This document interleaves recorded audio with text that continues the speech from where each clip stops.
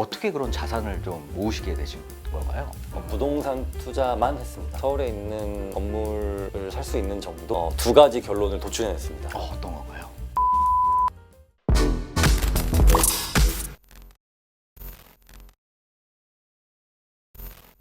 안녕하세요. 지식이 되고 돈이 되는 시간 정재훈의 부동산 클래스 정재훈입니다. 자, 오늘은 평범한 회사원에서 부동산 투자로 100억대 자산가가 되신 우리 송이구 작가님을 모시고 다양한 한번 인사이트 듣는 시간 갖도록 하겠습니다. 안녕하세요. 안녕하세요. 네, 저는 평범한 직장인이고요. 가끔씩 글을 쓰고 그리고 또 부업으로 드라마 대본을 쓰고 있는 송이구라고 합니다. 반갑습니다. 지금 회사 다니시잖아요. 네. 오늘 촬영 어떻게 반차 쓰시고 오신 건가요? 네, 오늘 반찬해 왔습니다. 정말요? 저희는 이런 휴가 쓰고 네. 뭐 이런 게 자유롭기 때문에 아. 저는 이런 거 괜찮습니다. 어떻게 그런 자산을 좀 모으시게 되신 건가요? 저는 다른 투자는 안 하고요. 부동산 투자만 했습니다. 예, 주식도 원래 한번 해보고 싶었는데 네네. 주식은 좀 무서워서 제가 좀 쫄보라서 주식 투자는 못하고 부동산으로만 했습니다. 네. 그러면 이제 자세한 건 이제 뒤에서 한번 또 말씀 듣는 걸로 하고, 지금 현재 직업이 3개이신 걸로 알고 있어요. 네. 대기업 과장님, 그리고 이제 베스트셀러 작가, 그리고 유튜버까지. 지금 이런 3가지 직업의 공통점이 있는데 바로 이제 부동산 투자가 중심에 있다는 건데요. 어떻게 부동산 투자에 대해서 관심을 가지시게 되셨나요? 예전에 저희 아버지와 그리고 아버지 친구분이 저희 가족이 되게 친했거든요. 근데 그 아버지 친구분이 어쨌든 고양시 일대에 어마어마한 양의 그 보상을 받으시면서 그 후로는 그 아버지의 가족분과 그 저희 가족이 이렇게 만날 일이 잘 없게 됐어요. 네, 그분들은 네네. 계속 외국으로 나가시고 계속 골프 치러 가시고. 네, 그래서 거기서 약간 이렇게 부동산이라는 힘이 되게 무섭구나 이걸 느꼈거든요. 그래서 그때부터 부동산에 관심을 갖게 됐습니다. 지금까지 어느 정도의 성과를 얻으셨나요? 서울에 있는 어떤 건물을 살 수 있는 정도인 것 같아요. 네. 서울에 있는 건물이면 적은 돈이 아니죠? 뭐 여의도에 있는 어떤 네. 대형 빌딩은 아니고요. 그래도 좀 한 5, 6층짜리 되는 거. 네네, 멋지십니다. 자, 이미 경제적 자유를 얻으신 거라고 좀 이해를 하면 될 것 같아요. 진짜 경제적 자유 이루신 거 맞아요? 저는 그렇다고 볼 수 있는데요. 네네. 그 경제적 자유도 어떤 이런 난이도, 강도 이런 게 있는 것 같은데 저는 아직 벌써 제가 무슨 자유를 잃었다 하면은 좀 느슨해질 것 같아서 그렇게 생각하진 않고 있습니다. 네네. 한국에서 이제 유명인인지 아닌지 가늠해 볼 수 있는 척도는 이제 네이버에 물어보면 된다고 하거든요. 검색창에 이제 작가님 이름을 한번 쳐보니까 프로필이 바로 이렇게 뜨더라고요. 지금 혹시 인기를 실감하고 계시나요?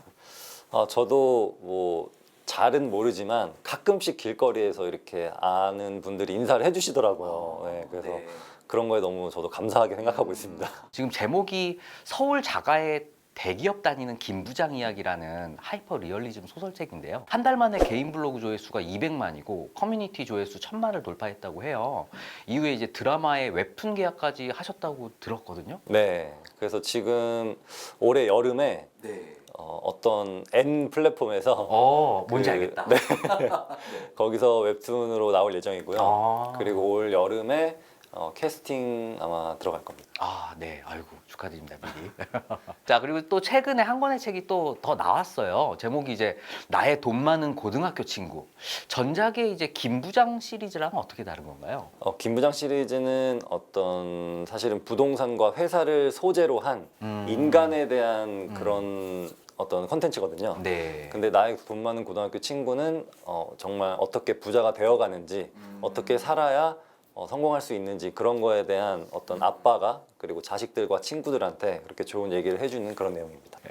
자, 뭐 이 정도 인기면 이제 직장을 그만둘 법도 한 것 같은데요. 그만두실 생각은 혹시 안 하셨나요? 회사에서 뭐 눈치 같은 건 안 주시던가요? 그런 건 없었고 오히려 그 사내 그 사보에 오히려 인터뷰를 해가지고 뭐 출판도 하고 네. 뭐 이것저것 하는 거를 오히려 더 이렇게 좋게 봐주셨더라고요. 네. 네, 그리고 회사도 또 뭐 그만둘까 이런 생각도 했는데 제 근간이 또 어떻게 보면 직장 생활이고 네네. 또 이 직장 생활이 없으면 제 루틴이 좀 무너질 것 같다는 어떤 두려움이 있어서 네, 그만두지 않고 있습니다. 그럼 잠깐 그 회사 자랑하는 시간 한번 드리겠습니다. 네. 회장님 사랑합니다. 타운으로 이제 잘 나가시는 이유가 있으시네요. 네. 자, 지금은 이제 아예 본인 유튜브 채널을 통해서 꾸준히 부동산 투자 노하우를 공유해 주시고 계시거든요. 이제 부동산 투자는 언제 처음 시작하신 건가요? 2010년에 처음 시작했어요. 그때는 네. 되게 좀 하락장이었거든요. 근데 당시에 네. 음마 아파트가 네네. 한 10억이었는데 네. 2013년도에 음마 아파트가 7억까지 내려갔어요. 아, 네, 네네. 그때 당시 이제 부동산은 끝났다. 막 분위기가 끝났다. 정말 안 좋았는데 네네. 그때도 저는 그래도 부동산에 힘을 믿고 계속 하려고 했던 것 같아요. 아, 그래서 오히려 저는 그 안 좋을 때 시작한 게 더 좋았던 것 같아요. 오히려 너무 상승장일 때 하다 보면은 좀 더 네네. 조급하게 할 수 있는데 네네. 이게 좀 하락장일 때 하다 보니까 좀 마음도 느긋했고 항상 이 부동산 투자라는 것은 더 버는 것보다 잃지 않는 것에 집중해야 된다는 것을 좀 처음부터 알고 시작했던 것 같아요. 그래도 처음 부동산 투자를 할 때 분위기가 굉장히 안 좋으면 첫 투자가 굉장히 힘들었을 텐데 어떻게 그걸 이겨내고 하시게 된 그런 계기가 좀 있나요? 그래서 오히려 더 싸게 살 수 있었어요. 아, 싸게. 네, 그래서 매물들이 굉장히 시장에 많았고 저한테 선택할 수 있는 게 많았고 제가 혹시 이거 얼마 깎아줄 수 있어요 하면 흔쾌히 알았다고 해주시고 그래서 더 좀 편했던 것 같습니다. 아, 네. 자, 그러면 어디에 얼마를 모아서 처음 투자를 하셨을까요? 처음에 종잣돈을 6천만 원을 모아서 경기도에 있는 토지를 하나 샀습니다. 아, 토지요? 네, 첫 부동산 투자가 토지 투자였나요? 네 토지였어요. 저희 그 네. 아버지 친구분이 토지로 네네. 보상받아서 네네. 저는 그때 부동산이 뭔지 몰랐어요. 저는 일단 땅을 무조건 어떻게 해봐야겠다 해가지고 그냥 땅부터 샀습니다. 시작했었던 투자의 땅의 어떤 수익률은 좀 괜찮았나요? 네 아직까지 가지고 있어요.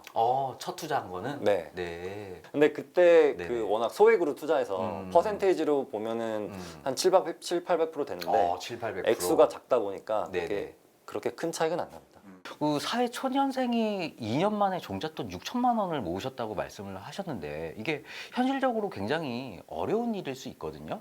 네, 어떻게 좀 모으셨을까요? 저는 아르바이트를 했어요. 네. 돈을 벌기 위해서 아르바이트를 한 건 아니고요. 돈을 안 쓰기 위해서 아르바이트를 했습니다. 그리고 또 제가 네네. 지하철을 첫 차를 탄 이유도 그 첫 차 타면은 얼마 할인이 되거든요. 네, 그래서 음. 그거를 좀 더 모으기 위해서 첫 차를 타기 시작한 거예요. 그렇게 그 푼돈까지 아끼셨다는 거죠? 네. 그리고 또 대단하시네요. 점심은 항상 그 네.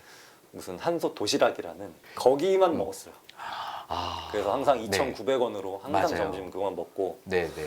네, 그리고 좀 배고프면은 누가 네. 옆에 남기고 간 것도 좀 먹고 막 그런 적도 있습니다. 이게 부자가 더 한다라는 그런 생각이 조금 드는데요.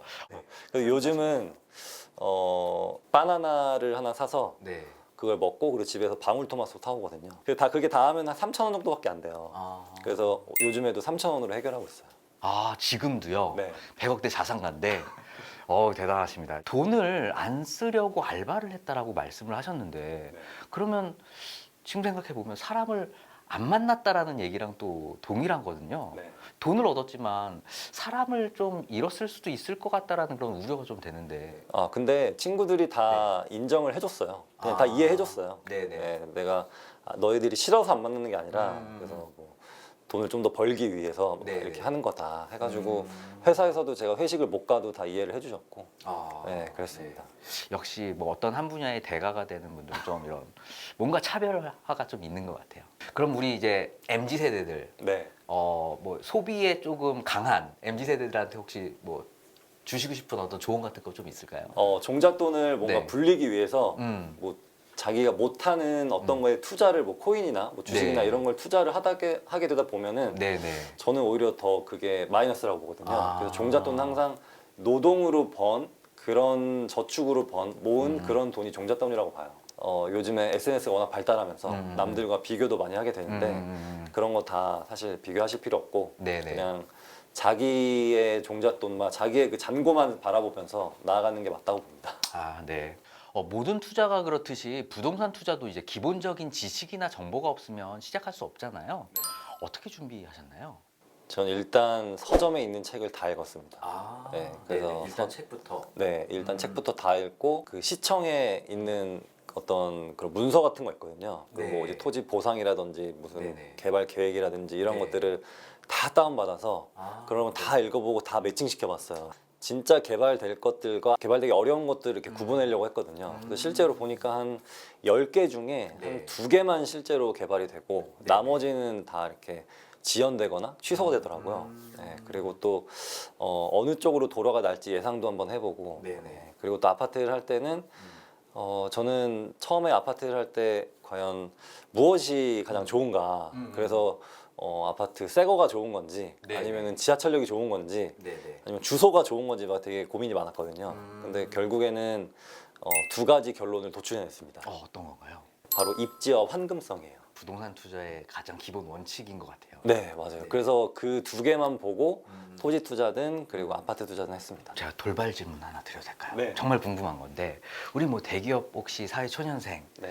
뭐 2, 3년 차예요. 연봉은 한 7, 8천 되는데 네. 지금 모아놓은 돈이 한 1억밖에 없어요. 지금 어떻게 해야 되나요? 부동산 투자 만약에 해야 되나요? 아니면 어떻게? 일단 네. 많은 분들이 소액 투자를 원하세요. 네. 근데 소액 투자란 것은 되게 위험합니다. 일단 위험한 선택을 할 가능성이 매우 커져요. 좀 저렴한 오피스텔이라든지 네. 아니면 뭐 저렴한 상가라든지 이런 거를 잘못 사는 경우가 많거든요. 그래서 저는 뭐 한 3천만 원, 5천만 원 있으면은 더 돈을 모으라고 합니다. 근데 1억 정도 있으면은 네. 뭔가를 할 만해요. 가장 중요한 거는 네. 차를 사거나 차를 바꾸면 안 되고 그 1억이라는 돈을 전세금으로 묶어두면 안 돼요. 네. 그래서 저는 여태까지 전세를 살아본 적이 없거든요. 그래서 한 네. 10년 동안 월세 살고 네네. 한 2년 동안 자가에 살고 있는데 그러니까 이제 부동산 투자를 레버리지를 일으켜서 한 다음에 사는 곳을 조금 더 줄여서 월세를 사신다는 말씀이시죠? 네. 그리고 또 하나는 전세자금 대출을 절대 받으면 안 돼요. 이유가 있나요? 대출이라는 것은 내가 뭔가 기업에서 생산하는 거나 네. 아니면 서비스나 재화를 만들어내는 그런 거에 대출을 받거나 아니면 뭔가를 소유하기 위해서 대출을 받아야 되는데 전세는 빌리는 거잖아요. 그래서 네. 빌리는 거에 대출을 받는 거는 저는 이 돈의 원리에 맞지 않는다고 생각합니다. 감가상각 되는 것보다는 뭔가 불어날 수 있는 자산의 투자를 레버리지를 쓰라라는 말씀이시죠? 네. 그래서 1억을 어디에 투자했죠? 저는 많은 분들이 네. 지방 아파트 투자를 되게 많이 하세요. 네네. 근데 지방 아파트 투자가 되게 저는 위험하거든요. 첫 번째 위험하죠. 이유는 네. 서울, 경기, 인천을 제외하고는 전부 다 인구가 줄고 있어요. 그리고 또 많은 젊으신 분들이 네. 다 수도권으로 올라오고 싶어 하세요. 네. 그러다 보니까 점점 그 지방은 고령화가 되어가고 있고 그리고 이런 하락장이 왔을 때 더 많이 빠지고 잘 오르지도 않습니다. 그러다 보니까 어떤 전세가와 매매가의 그 차이가 작다는 이유만으로 막 지방 가서 막 이렇게 묻지마 투자를 많이 하시는데 전 네. 그거보다는 그래도 수도권 내에서 하는 게 안전하다고 봐요. 수도권 내에서 1억으로 투자할 만한 게 있나요? 되게 집요하시네요. 요즘은 지금 1억으로는 조금 부담스러울 수 있는데요. 네. 그래도 일산이라든지 아니면은 뭐 인천에 좀 새로 들어오는 곳들 네네네. 그런 곳들이라든지 아니면은 루원. 네. 네. 그리고 또 뭐 상계동 이 노원구 쪽이라든지 노원구 그러니까 절대가가 낮은 곳은 전세가가 좀 비교적 가까워요. 네네. 그래서 그 내 종잣돈 1억하고 뭐 신용대출 한 5천 정도 해가지고 이렇게 하면은 그래도 한 채 마련할 수 있을 것 같습니다. 네. 일단 뭐 책을 통해서 지식을 얻으셨다고 했는데 읽으신 책 중에서 혹시 추천해 주실 만한 책이 있으실까요? 그때 열심히 읽었던 게 부자 아빠 강한 아빠 많이 읽었고요. 기요사키. 네, 근데 부동산 관련 어떤 테크닉적인 책들은 별로 없었어요.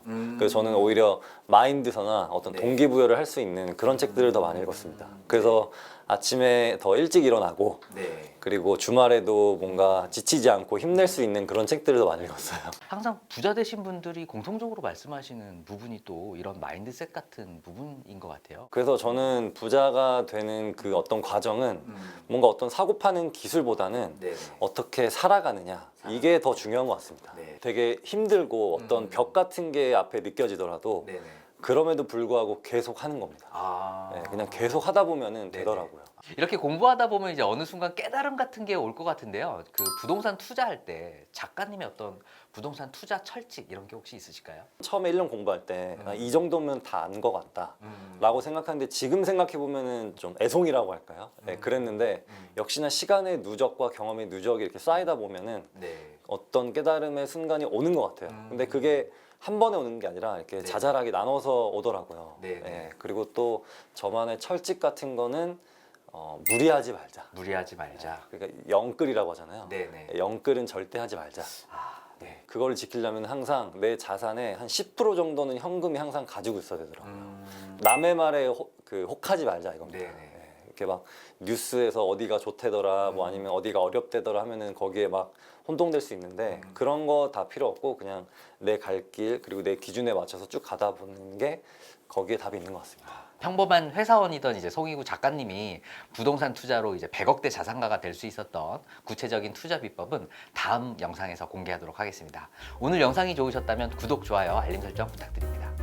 토지 투자가 오히려 더 쉬워진 것 같아요. 저는 토지도 이렇게 경기도 내에서만 보고 있어요. 내놓으면 다 팔릴 거라 생각하는데 안 팔리는 아파트 정말 많거든요.